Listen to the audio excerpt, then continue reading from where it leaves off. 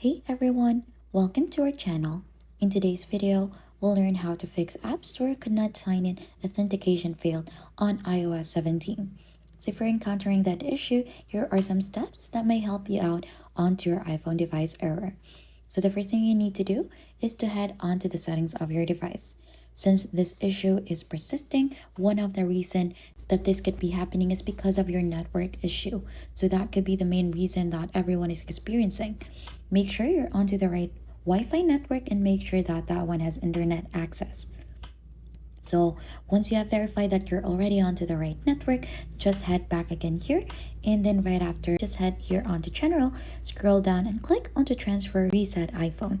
So click onto reset in here, and there is a reset network setting option.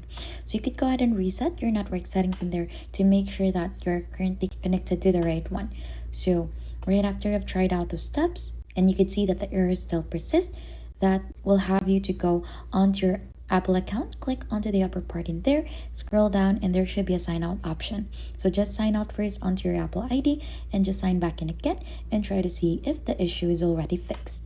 And those are just some simple steps on how to fix App Store could not sign in authentication failed on iOS 17.